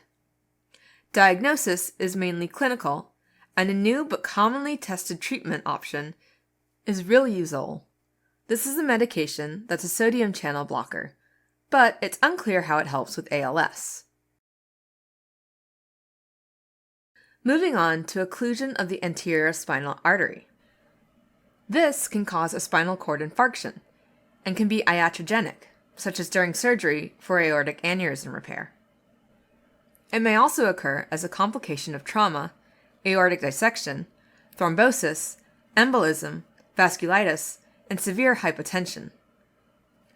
For your exams, it's important to remember that the area most susceptible to ischemia is below the level of T8. So, normally above the level of T8, the anterior spinal artery arises from branches of the vertebral arteries, while below the level of T8, it's only supplied by the artery of Adamkowicz, which is a branch of the aorta. And this artery is particularly vulnerable during aneurysm repair. So, if it's traumatized, it can lead to anterior spinal artery occlusion. Now, in this case, the anterior 2/3 of the spinal cord will be more affected since these are the areas supplied by the anterior spinal artery. As a result, at the level of lesion, the lower motor neurons of the anterior horns will be damaged, causing lower motor neuron signs bilaterally, like flaccid paralysis, and hypoactive deep tendon reflexes. Meanwhile, below the level of lesion, the lower motor neurons on both sides are no longer receiving signals from the corticospinal tract. Over time, there will be signs of an upper motor neuron lesion, like bilateral spastic paralysis, hyperactive deep tendon reflexes, and a Babinski reflex. In addition to that, spinothalamic tracts on both sides will be affected. So, below the level of the lesions, individuals also have bilateral loss of pain and temperature. Bear in mind, though, that this does not affect the dorsal columns, so pressure, vibration, fine touch, and proprioception will all be spared. Diagnosis is confirmed with spinal MRI, and there's usually no effective treatment. Okay, now next there's poliomyelitis, or polio for short. This is a viral infection caused by the poliovirus. For your test, remember that poliovirus is an RNA virus spread by fecal-oral transmission, meaning through contaminated food and water. It can also get transmitted via respiratory droplets when an infected person sneezes or coughs. Once the virus enters the body, it gets into mucosal cells of the small intestines and oropharynx and makes its way to nearby lymph nodes and eventually into the bloodstream. What you should absolutely remember is that in most cases, poliovirus stays there, so most individuals have no symptoms. Except for maybe unspecific signs of infection, like fever, headache, nausea, and vomiting. But about 1% of the time, it will get into the interstitial muscle tissues and make its way to the neuromuscular junction where it will go on to invade the motor neuron. Once there, it will travel retrograde, meaning backwards, up through the axon to the anterior horn of the spinal cord. As infected lower motor neurons die, they'll have flaccid paralysis and muscle atrophy, as well as hypoactive or absent reflexes and fasciculations. Now, the important thing to highlight here is that the paralysis is asymmetric, which helps us differentiate polio from SMA and ALS, where paralysis is symmetric. On rare occasions, poliovirus can attack the brainstem and damage the motor nerves involved in speaking and swallowing. This part of the brainstem also sends motor nerves to the diaphragm, so if they get damaged, it can cause difficulty breathing. Another thing to know is that some people develop weakness decades after the initial infection, which is called post-polio syndrome. This is because when polio damages some motor neurons, other nearby healthy motor neurons form collateral branches to innervate the muscles that have lost their innervation. Now, over time, the natural process of aging causes motor neurons to die off. So, when a motor neuron dies from the aging process, the muscles innervated by its collateral branches will also be affected. Diagnosis of polio is based on the recovery of poliovirus from a stool sample or a throat swab. A lumbar puncture can also be done, where cerebrospinal fluid might have an increased number of white blood cells or poliovirus RNA.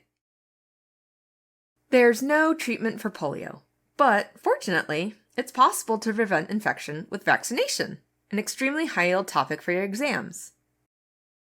There's inactivated poliovirus vaccine, or IPV for short, also known as Salk vaccine, which is made from dead or inactive viruses that's injected into the muscle. There's oral poliovirus vaccine, or OPV for short, also known as Sabin vaccine, which is a weakened strain of the live virus, also called a live attenuated vaccine. However, very rarely, poliomyelitis can develop after administration of the oral live attenuated polio vaccine. And this is called vaccine-associated paralytic poliomyelitis. Now, another viral infection that can affect the lower motor neurons is West Nile fever. For your test, the only thing you need to remember is that it's transmitted through mosquitoes and presents with fever, rash, myalgias, and meningitis or encephalitis, along with acute asymmetric flaccid paralysis. Next, there are central cord lesions near the central canal of the spinal cord. The most important one is syringomyelia. This occurs when the central canal of the spinal cord that houses the cerebrospinal fluid gradually expands. For your exams, the high-yield fact is that the main cause of syringomyelia is a congenital condition called Chiari malformation type 1. In this condition, the cerebellar tonsils slip down into the foramen magnum, which is the opening at the base of the skull. Now, the hallmark of this malformation is hydrocephalus, which is an abnormal accumulation of cerebrospinal fluid in the brain. Normally, cerebrospinal fluid would flow through the 4 ventricles of the brain, and after the 4th ventricle, the fluid would either exit through 2 openings into the subarachnoid space where it's reabsorbed, or, alternatively, move down into the spinal canal. In Chiari malformations, however, the displacement of the cerebellum ends up blocking these openings, and as a result, the fluid backs up within the spinal canal, eventually causing the spinal canal to widen. And this leads to syringomyelia. It's important to know that it's typically asymptomatic in childhood, but adults may have headaches and symptoms from pressure on the cerebellum, like problems with coordination and balance. Aside from Chiari malformations, syringomyelia can also be caused by any acquired condition that blocks the flow of cerebrospinal fluid, like a spinal cord trauma, spinal tumors, and spinal cord abscesses. Regardless of the cause, the most important concept to keep in mind is that the expansion of the central canal in syringomyelia interferes with the fibers within the anterior white commissure of the spinothalamic tract. And this primarily occurs at the level of the cervical spine, usually C4 through C6, leading to the bilateral loss of sensation of pain, pressure, temperature, and crude touch in the upper extremities and back. A common term to describe the location of these defects is cape-like distribution. However, syringomyelia could also lead to dysesthetic pain, which is typically described as an abnormal burning pain in the shoulder and neck regions. As the central canal cavity expands, it can also knock out the lower motor neurons connected to the corticospinal tract, which leads to muscle atrophy, muscle weakness, and paralysis. For your test, remember that syringomyelia classically spares the dorsal column, so sensations of pressure, vibrations, fine touch, and proprioception typically remain intact. Now, syringomyelia can also lead to several high-yield complications. One of these is neuropathic arthropathy, or Charcot joints, which is where there's repeated trauma to the joints in the affected region since there's no pain response. In syringomyelia, this is most commonly seen in the shoulders. Also, the widening spinal canal can also lead to changes in the spine like scoliosis, which is the sideways curvature of the spine. And these might be the only clues in a test question. Diagnosis is done with a brain and spine MRI, and for treatment, a posterior fossa decompression surgery is sometimes required. This is a type of craniotomy where a portion of the back of the skull is removed in order to widen the foramen magnum, which helps release the buildup of pressure. If hydrocephalus is present, a shunt can be placed to drain the excess fluid within the brain. Now, let's move on to disorders that primarily affect the dorsal column. Here we have neurosyphilis, which is a manifestation of tertiary syphilis. Syphilis is a sexually transmitted disease caused by the spirochete Treponema pallidum. The first stage of the disease is localized primary syphilis, and this produces hard chancres. The second is disseminated secondary syphilis, which produces a widespread maculopapular rash. And the third is systemic tertiary syphilis, which develops 15 to 20 years after the initial infection. This stage affects various organs, and when it damages the brain and spinal cord, it's called neurosyphilis. Neurosyphilis is rare, and the population at risk includes males who have sex with males and individuals with HIV. In fact, for your exam, remember that HIV infection may accelerate the rate of progression from primary syphilis to neurosyphilis.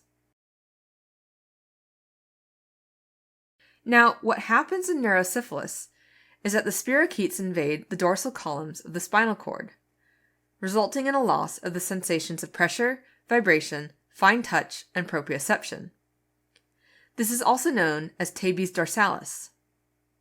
For your test, you will need to know that without the sensation of vibration and proprioception, the individual will often stumble in the dark and have difficulty in coordination while walking, also known as sensory ataxia. These individuals have a wide-based gait, meaning that their feet are wide apart and they take small, slow steps. Another telltale sign is a positive Romberg sign, which means that they're unable to maintain balance with their eyes closed.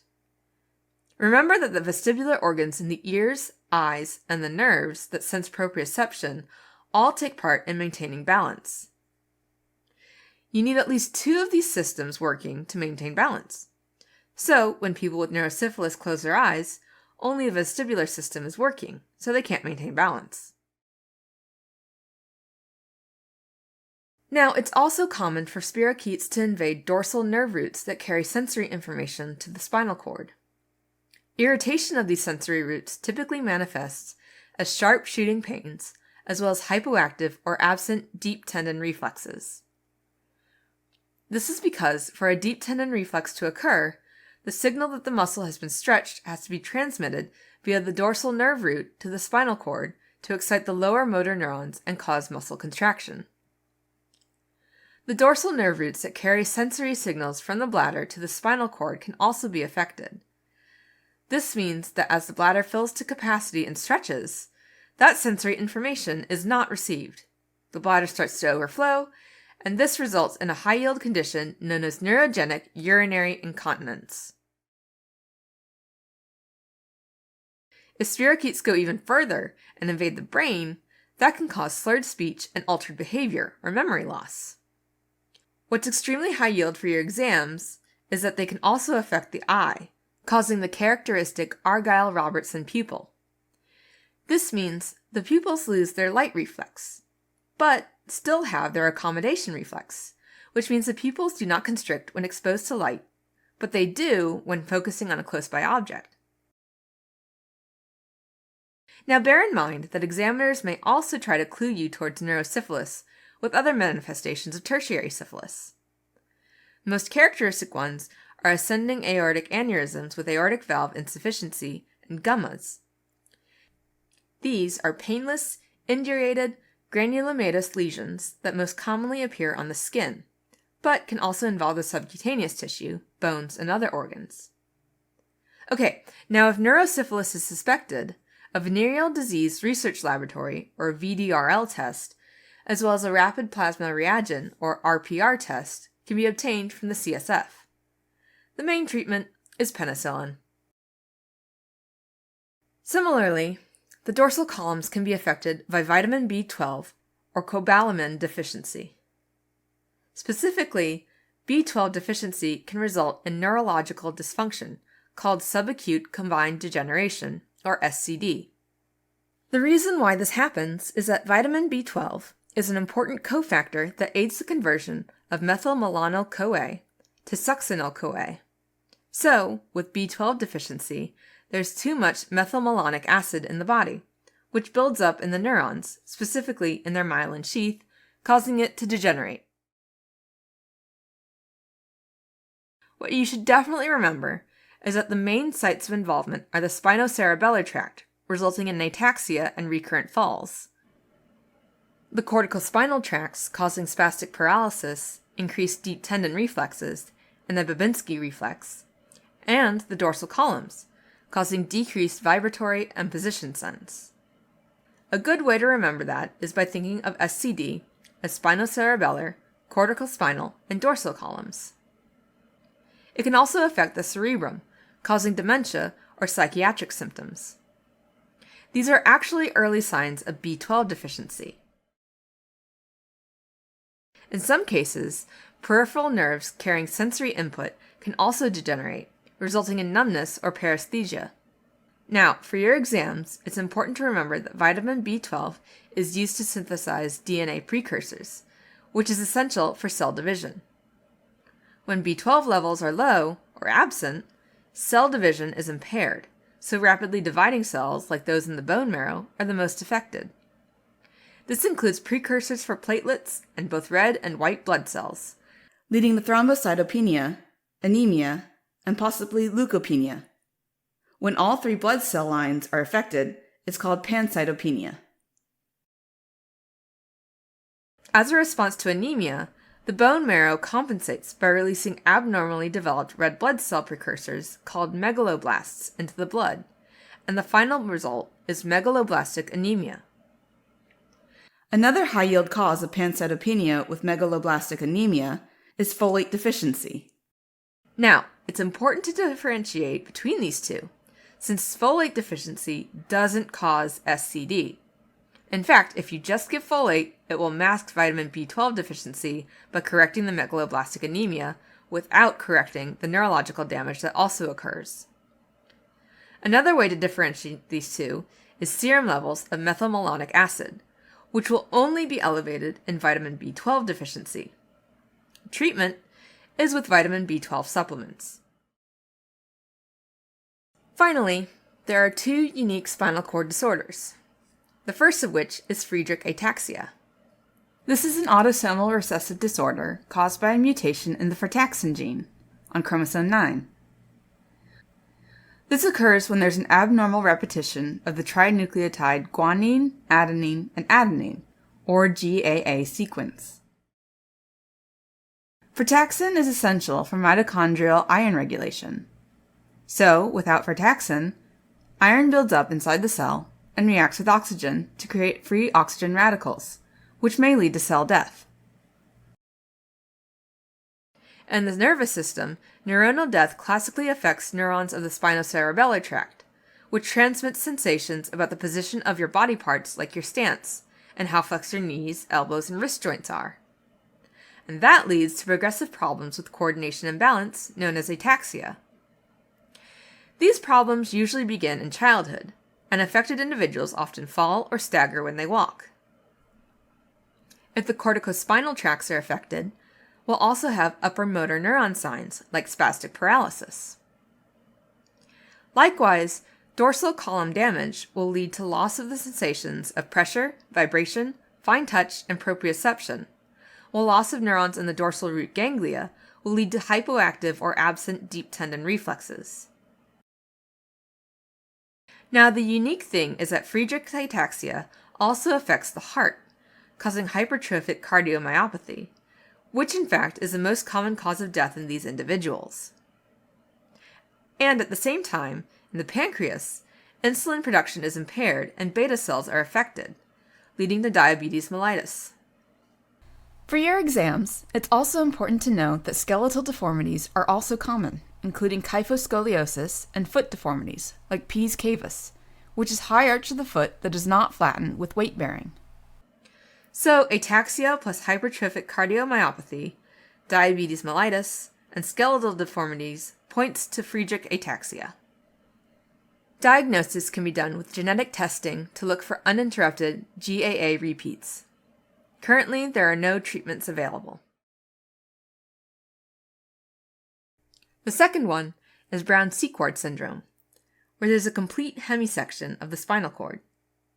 The most common cause is a penetrating trauma, like a gunshot injury or stab wound in the back, but a large spinal cord tumor can lead to this syndrome.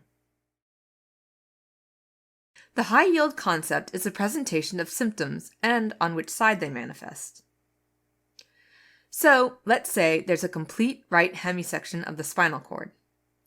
This means all the principal neural tracts in the right side of the spinal cord are now damaged.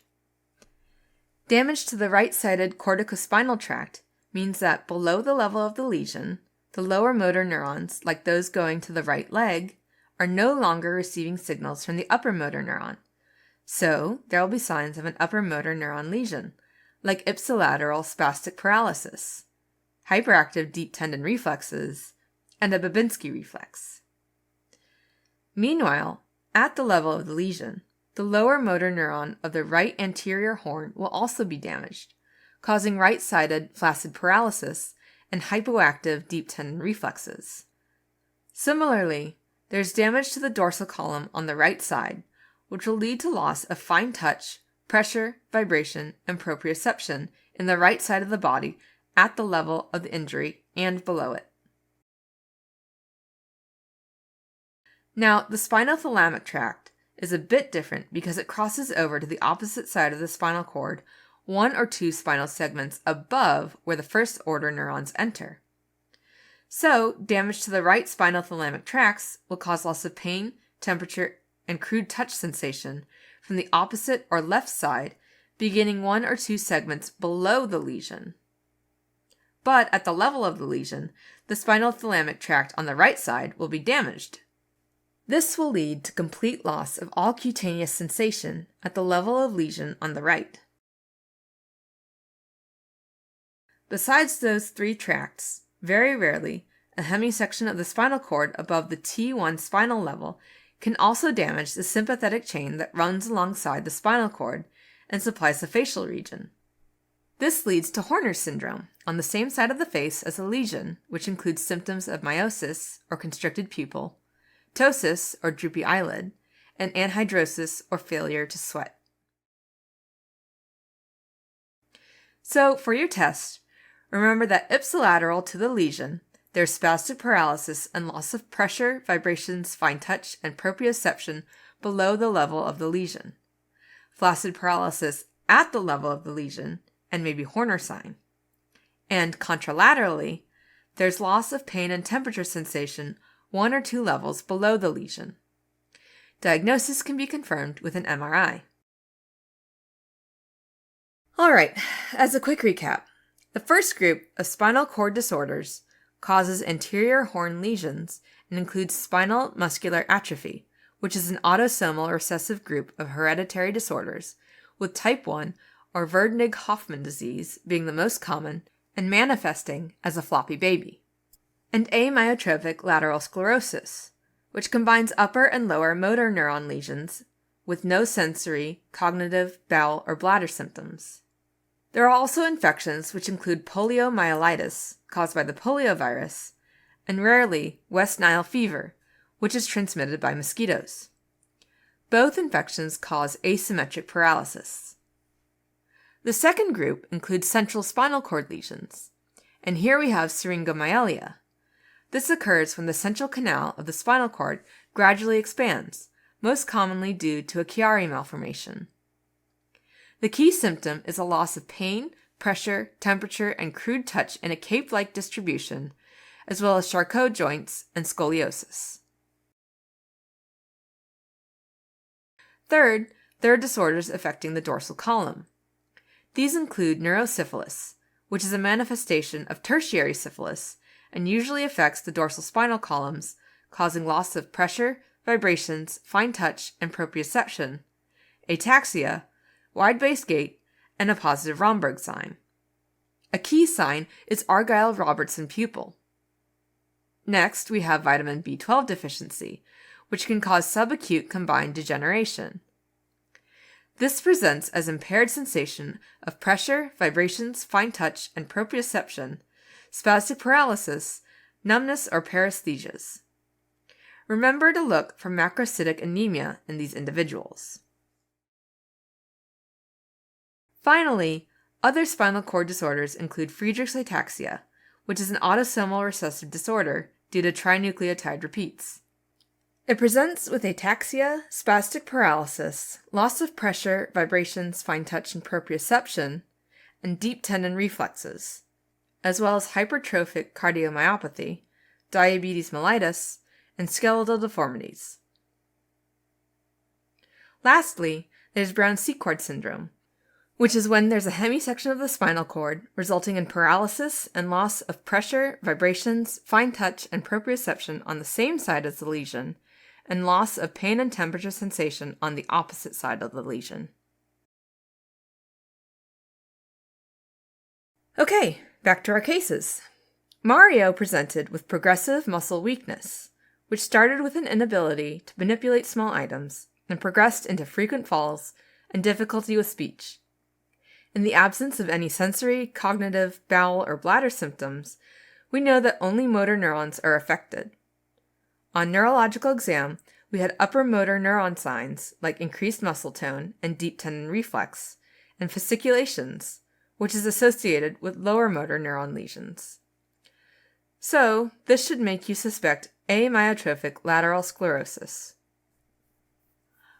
On the other hand, Donna came in with ataxia, a wide-based gait, and positive Romberg sign, as well as loss of pressure, vibration, fine touch, and proprioception. These sensory deficits suggest a problem with the dorsal column. Now, a key sign on physical exam was the Argyll-Robertson pupil, which are all characteristic for neurosyphilis. The fact that she is HIV positive was another clue, since it's a major risk factor. Neurosyphilis was confirmed with a lumbar puncture, which was positive for VDRL.